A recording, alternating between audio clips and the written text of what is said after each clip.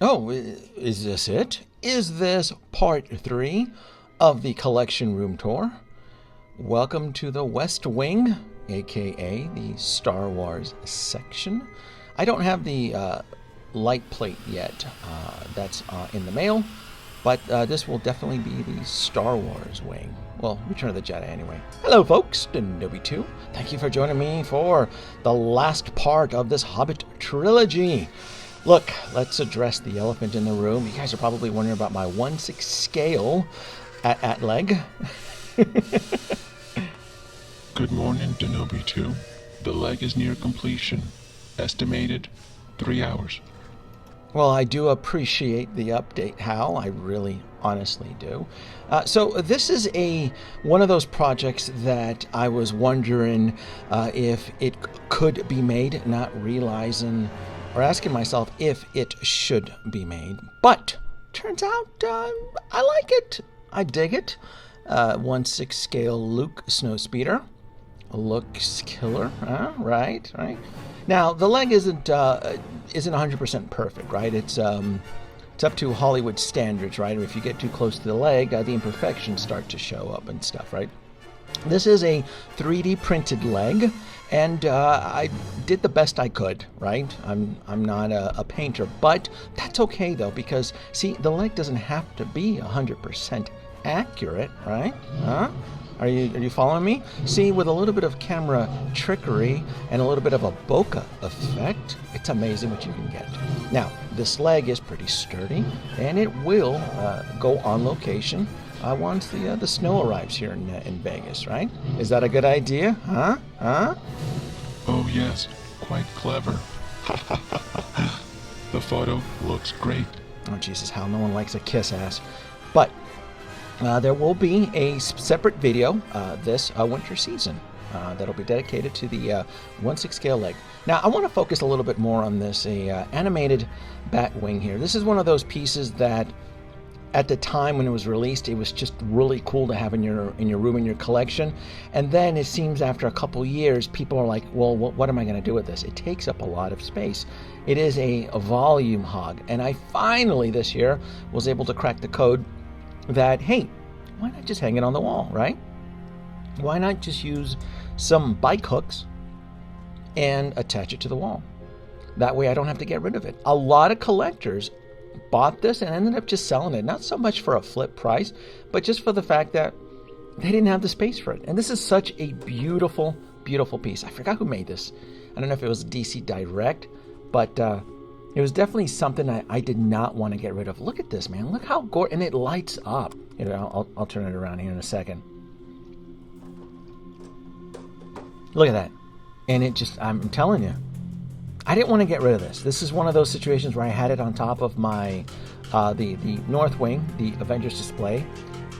Probably for the couple of years, if any of you have seen in my live streams, you would see the Batwing on display at the top. And the fact that I was able to just find a nice permanent home on the wall, it's going to be there for quite a while. I'm happy. It works, and I don't have to get rid of it, which a lot of toy collectors did just because it took up a lot of space. Now, this right here is my DTOF. This is the last remnant DTOF. I'm going to call this Expulsion from Paradise, and it is filled with randos galore, right? Yes, that is the X06 and all sorts of stuff. But look, I'm going to focus the spotlight on one of my favorite characters in the DTOF, and that is Diva from Overwatch. This is a third-party, unlicensed, pirated figure, but my God, look how incredible that looks. They sure do grow up so fast, don't they? Anyway, let's move it along here. Spotlight on Isaac Clarke. Dead Space. Love Dead Space. This is Dead Space 3. This is a grail to the next level. Good luck if you can find one intact. This was made by 3-0, and it was released years ago. I'm saying, I don't know, maybe 6-7 years ago. So I was able to pick it up at a pre-owned broken price because I had to glue parts on it to get it to the price I want. Yeah. And this train wreck here, this is the Inarts Gandalf. No, I'm kidding. This is the audio animatronic nightmare. I don't know what. This is the Asma's Gandalf, and I don't know if he was resurrected with a spell or something. I have no clue. All right, let's move it along. Let's move this tour along here. A Vampirella. I like Vampirella a lot, and this is the X06 lot here. I have Data, Picard. There's a QMX Picard back there. This Data here is dynamite. Look, they knocked it out of the park with Data and Picard. It's a hit or miss with this company. I tell you what, boy. Whew. I tell you what, it's a hit or miss. I mean, they made Data, Picard fantastic, but man, when they went to the doctor, clearly the holo emitters were not working that day. So I had mentioned, I want to say it was a part 2 of my collection tour, that I need to stop. I'm not buying any more of the Black Series helmets. I love them, but they take up way too much damn space. They do. So I'm done. I'm not buying any more of these things. Right. All right. After Vader comes home, then yeah. All right. Let's move along. Did I mention I like Vampirella? Oh. They're not all randos. Eventually, Vampirella will find a home. All right. Next up is one of my old displays from the old times, and this is an IKEA. It's a mess. It's a big fucking hot mess right there. Look, I'll focus on that. At one point, I wanted to create an SH Figuarts miniature Hall of Armor of Iron Suits and Iron Man. And I'm embarrassed to say that these phenomenal SH Figuarts Iron Suits have been relegated to a bottom corner of an outdated IKEA curio cabinet. Apologies to the Iron Man community, honestly. And then on top of it, it's my horde of Black Series, right? I do not chase Black Series. If I'm at Target and I'm picking up milk, cereal, eggs, and if I happen to walk by the Black Series aisle, and if I see something I like, I'll pick it up. Otherwise, this cabinet will go away once I get my final Max 140 detox. Now, before I get to the good stuff, I know you kids out there want to know all the Star Wars. So on top here, right, of this Max 140 Plus, I have repurposed it. It's been reinforced with a wooden table, so that at one point I can adapt it for statues and such. But I've turned it into more of a gold shrine because I do love gold. Wonder Woman, Open Wings, C-3PO, Midas, gold. I love that Wonder Woman. I love the Midas. Look, I love the trio, the golden trio. Behind them, it is the HasLab Sentinel with Wolverine making out with him. And then right next to him, it is the quarter scale Mark III. I've already mentioned it on a couple streams that I would love to collect all 7 of the original suits in quarter scale. The Muppets below. And I'm focusing on this light bar here because this was a challenge. The fact that I have statues and stuff on top of this wooden surface and being able to shine the light on them, so to say. That is a Diamond Select DeLorean. I want to say that's a Grail. I'm not kidding. That was, I think, released 10 years ago. You can't find that at a decent price. Apologies to Tweeterheads. Catwoman in the back. It's all evolving, folks. It's Catwoman deserves better exposure. The Endor, a speeder bike. Love that piece right there. That's probably going to be there for quite a bit. Now, where this Avatar Flying Dragon is, that's where the glow sign, the Return of the Jedi, that'll mark the West Wing as the Star Wars West Wing. Klingon Bird of Prey. And Art Asylum, I believe, or Diamond Select, I'm not sure, but it's my last ship from them. What was that? I think that was was that the Cubans? Anyway, Star Wars below. So there's a lot going on here. Star Wars, that is a Hot Toys Star Wars sign. The Chrome Trooper, which I fantastically love, and my God, exposing it to a little bit of true light. And the magic just comes out. Look at that. Look at that, kids. Huh? He's standing on top of the HasLab Razor Crest. That is the heavy Mandalorian being suspended with a forklift there. He is the heavy Mandalorian, after all, kids. That is the Empire Strikes Back Darth Vader. If they make a Return of the Jedi Darth Vader, he will be coming home. I don't see why not. Now, the beautiful thing with a module case is that I reinforced a steel plating onto the sealant as an experiment, which has proven very successful. You see, gluing a neodymium magnets to certain parts, right? See Luke right there, little high-powered neodymium magnum. It enables that little tiny little magnet can keep Luke up there. My God, is there nothing that Gorilla Glue can't do? If you guys want your own Gorilla Glue, Amazon link in the video description below. I'm telling you, I love Gorilla Glue. I do. But look at that. And then from a certain angle, it looks like he's hanging from the underbelly of an Imperial Walker. Look at that. Fantastic. I tell you what. That came up pretty well. That, a little experiment I'll be incorporating into the Spidey-Verse. So I'll have a Green Goblin hanging from there. Darth Maul, speeder bike, and a couple little art books, poster books. I got these at Star Wars Celebration. I just fell in love with them. I just thought they were cute and adorable, and the fact that the chronological, the posters from Star Wars, I just thought that was fun in a little miniature fun size, huh? Look at that, kids, huh? Yeah, poster collection, and they're Darth Maul will keep an eye on them. Here, folks, is a Royal Guard, and one of my biggest regrets, I only bought one. Yeah, I'm crying inside. I missed out. I missed out. I wanted to.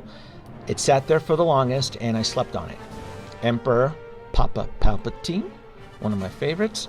Quarter scale Mando with Grogu, and Grogu is facing the arena Boba Fett, which I'll focus on. Now this was a little bit tricky because this is a quarter scale Mandalorian, and I wanted him to hold a rifle, and because I have to maximize the space inside a Max 140, I figured, well, why not have him reload his plasma rifle from a certain angle, right? A certain point of view. Star Wars pun. Right?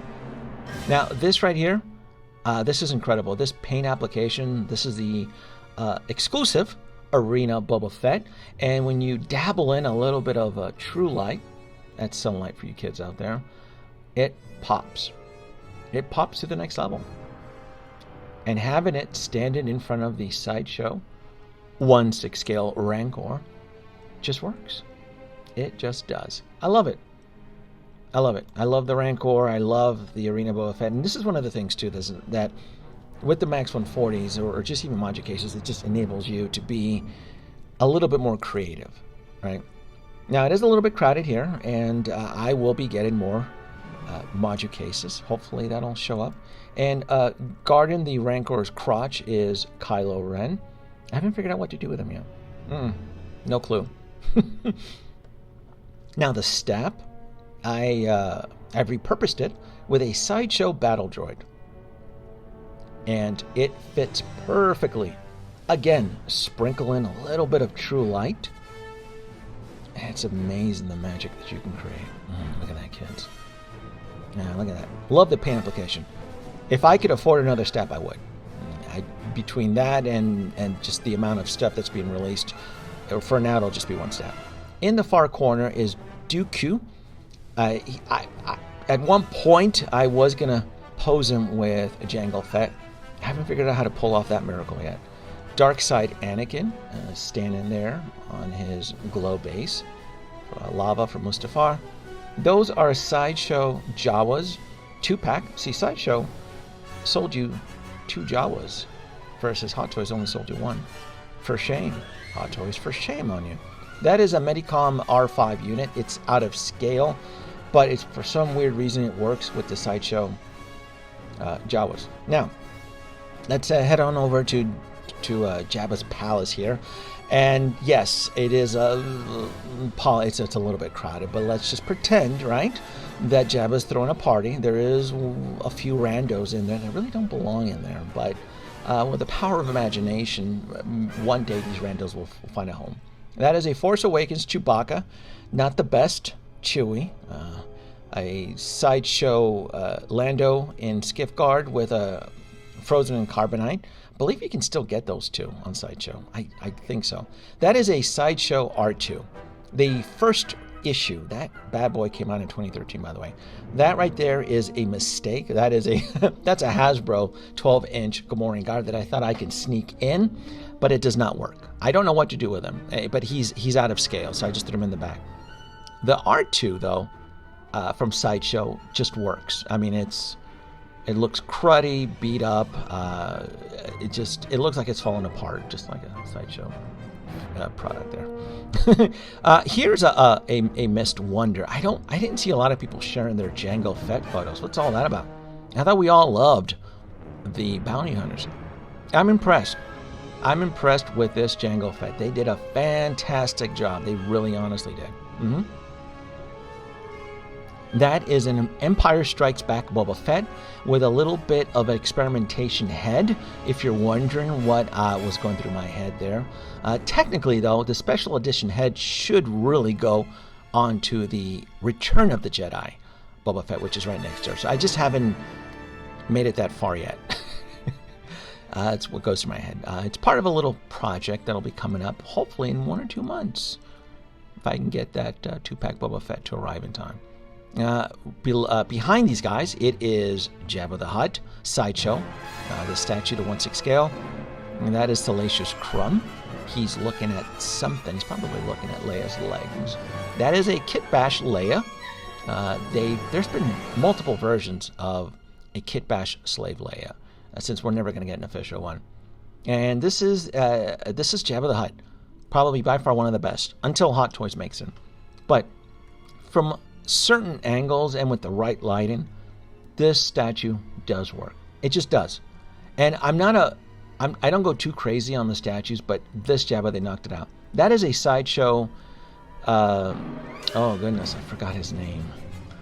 Oh, you guys are gonna kill me on this. That is Lando Calrissian from Bespin, and Bib Fortuna. I know better than that. And that is Leia, Bespin Leia. We have the Luke Skywalker, Return of the Jedi Luke Skywalker. That's not the deluxe edition, that's the regular edition. That is one of the Grogus that they just pack up with everything. And yeah, and I do have a couple randos here, like Krennic. I don't know what to do with him. I don't know. That's a rando there, folks. He doesn't really belong in Jabba's courtyard. Maybe he's there to strike a backdoor deal, maybe? Could that work? Could we squint our eyes and use a little bit of movie magic? Otherwise, if you do not have a 1/6 scale Jabba, this isn't a bad deal. They really did a good job on this. Yeah, one of my favorite pieces. All right, move it along. Below Jabba, it is the Spider-Verse. A cramped version. Now, the Spider-Verse will be, because I'll be getting 2 Max 140 display cases. So the Spider-Verse will be getting a permanent home inside one of the Max 40s. And it's important because I'm going to be using every part of the volume inside that Max 140. Because I'm going to have the Sinister Six. I'm going to have Doc Ock, Green Goblin, Electro. And I need them to float and hover. I'm not going to be able to squeeze in all of their bases. It's just not going to work, right? It just isn't. So it'll be more, it'll flow more aesthetically, at least in my head it does. That is a Doc Ock, that classic suit. I love these guys. I have throttled my Spider-Man purchases because there's just way too many of them. There's just way too many of them. Now, because some of these spider suits, they do come with additional heads, and I try to repurpose the head for certain kit bashing projects. The Scarlet Spider there, he's doing a selfie with a fan, and Electro still exists in my display. I know a lot of folks got rid of him, but he is a reminder to me that not everything can be perfect. Yeah. This is a Kit Bash Peter. Again, you know, when I cook the turkey, everything is used in the bird. This is a repurposed Hot Toys head, and I just imagine him, you know, kind of getting ready for school. He's in the middle of a costume change. He's getting ready for an event. So it's just like, I would rather do something like that than to have the head just sit in the box forever. The advanced suit from a PS4, one of my favorite suits. The animated Gwen Stacy and Spider-Ham, they're in the chamber there. My thought is that they're phasing in and out of our dimensions with this portal, this armor that I've repurposed. Homemade suit, one of my favorites, and it's also probably one of the best ones for posability. Sorry. He's holding a volleyball. Maybe that belongs to some chick that is taking a selfie with the Scarlet Spider.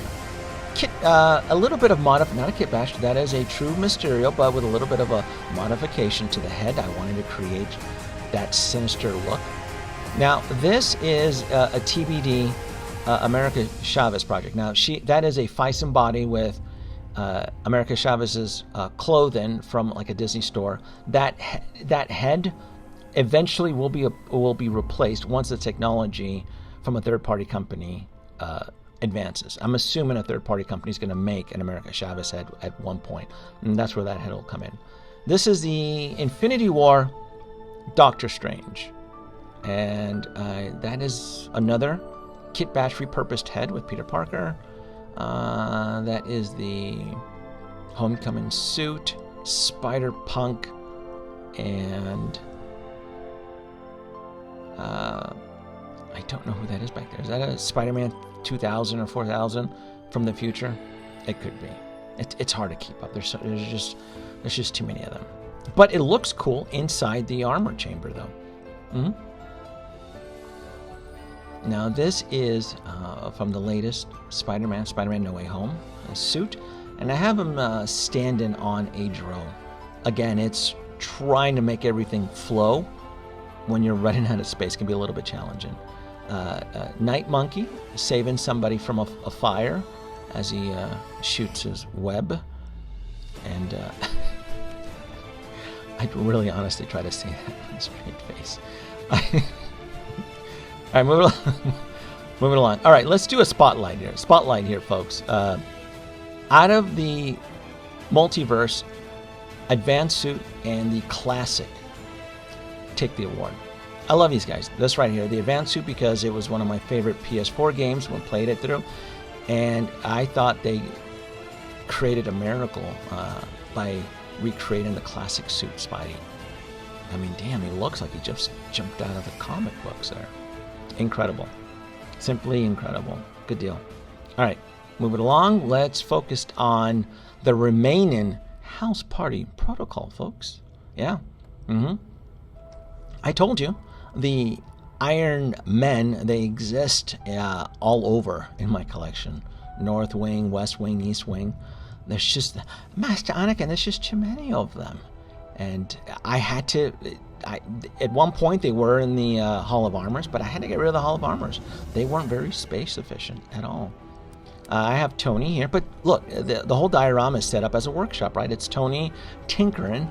That is the Mark 43 from Age of Ultron, and that is a work table. That is the Tony Stark from Iron Man 3, the workshop edition Tony Stark. One of my favorites too, by the way. Holographic Tony, holographic Iron Suit, Bones sitting on the table. One of the cool things too is that when you're creating a diorama like this, is trying to use sets that can be repurposed. And if you look carefully at what Bones is laying on, yes, that is a Jedi lightsaber case, but from a certain angle, it looks like a workbench type deal. So you wouldn't have known that if I didn't tell you. Holograph. I still like the holographic suit. I think you can still get that out of a good bargain. That is a Mark 7, the original Mark classic version, not diecast. And then that green fellow back there.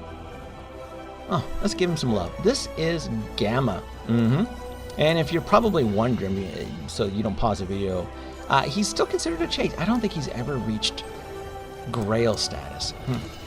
Beautiful figure, though. Great paint application. I'm going to share a little tip with you kids out there. This is a thin foam insulation, and this is a miracle substance. You see, because if you cut a little piece of this, right, and you tape it underneath the iron suits, it creates traction. And you're probably asking yourself, why would you want traction? Well, because these are expensive pieces, right? And because Gamma is, his center of gravity is off, it minimizes the chances of him tipping over. See, there's no traction underneath his soles, right? And when you're placing them, let's say, like on a smooth acrylic surface, it can be kind of tricky to display them. So, and the glue, it's no different than Scotch tape, so it's not gonna damage it or anything. So, you're welcome, folks. You're welcome. That's your tip from this video. That is Wasp, a missed opportunity, I think, for a lot of folks. They did a fantastic job on Wasp. Ant-Man from Civil War. I only have one. This is Calypso or Disco. This is Age of Ultron's Mark 45. I actually just had him on an earlier review. Iron Legion. Love this guy. I wish, the Iron Legion was one of those situations that if they would have made all 5 of them, if collectors would have purchased it. I don't know. I honestly don't know. Red Snapper. Poor guy does not get enough love. I have every House Party Protocol, by the way, folks. Everyone that's been released. And I know that it's been talked about making more in the upcoming future. This is Tank. This is a unique one. This one came with little miniature Iron Men. And I like him. I prefer the other guy, though. So, if they are going to go back and make some of these House Party Protocols, the only one I would really want would be Hammerhead in diecast, so I can add him right next to my Nautilus section. Now let's give some love to the Neon Tech Iron Man. I love these guys, I really do, and I wanted to devote space, and I wanted to give them the attention that they deserve. I repurposed a section of this module case so that it would glow under black light. So I can turn off the regular lights, you see right there, and with a flip of a switch, I can have them glow under the UV light. Because they're badass. Like, I can take all the photos, I can tell you that it's a very unique look, but it doesn't work. You have to kind of be there in person to visually experience it. I did a little bit of modding, though. I did add some like glow-in-the-dark paint to their arcs and their eyes, because under black light, it would make their eyes glow. So it's not like you would actually have to power them. You'd have to use batteries and so forth. Like you can see his eyes are green. That's glow-in-the-dark paint, so that when the UV lights turn on, his eyes glow. Huh? Look at that. You see? That's why their eyes are green. And then with the War Machine back there, his eyes are painted orange with glow-in-the-dark paint orange. That way you can it's in character. So another little secret, another little tip for you kids out there, huh? So I like these guys. I would keep buying more. If they made more of the Neon Tech line, I probably would buy more. Yeah. All right. Let's get to the good stuff now. Actually, everything here is good. I try to treat all of my pieces in my collection as equals. I really honestly do. But Back to the Future, though, does have a soft spot in my heart. That is a Hot Toys light box Back to the Future. That is a USB poster sign made by Sign Man from Instagram. This is the Deluxe Marty 2.0, so to say, right? I have him, and he probably would go inside the next DeLorean, because there is a Mark II coming out next year, so he's probably going to get repurposed. This whole section, this whole Back to the Future section, is I'm going to have to sit down and just redesign it, because I need to figure out how to fit another DeLorean inside this module case. This is the Blitzway Endoskeleton. I did do a review on this. This is a badass piece, and I have it powered up and everything, so if I ever just grab the remote control, it just activates at a touch of a button. Yeah, so that arm is plugged in via USB, I believe is what it is. Yeah, it's cool. Yeah, when I have, it's really cool when I have family over and they see that and they're like, that's badass. There's a couple things that tend to jump out of my collection. The Ecto one's usually the first one, and then the endoskeleton arm will come in second and third. This is the Mark 1, it's been modded just a little bit. Right? Got the 3D print. I did a couple videos on this. They're on the channel showing you what I did, and I had partnered up with my buddy Thomas, and he 3D printed the rail wheels. And he also hover converted it as well too. The nice thing about these 3D parts is that they can go back easily, no damage to the units. They can go back to the Mark 1. So it's just 3D parts printed on, and they can go right back. So it'll be really cool to have the original Mark 1 since the Mark II DeLorean is inbound. So that'll be fun. And that's just an overhead shot. That is the lightning rod too. I've been meaning, that's a custom, by the way, lightning rod that I would love to have somehow jury rigged. And that's a Diamond Select Lights and Sound, and the dolls are souvenirs from my last trip to Japan before the world ended. That is a Playmobil DeLorean. Little unique piece there. That is a Sunstar die-cast DeLorean. I love DeLoreans, if you haven't noticed that. And I think this is going to be it. I think I'm going to wrap it up here, folks. This was fun. Yeah.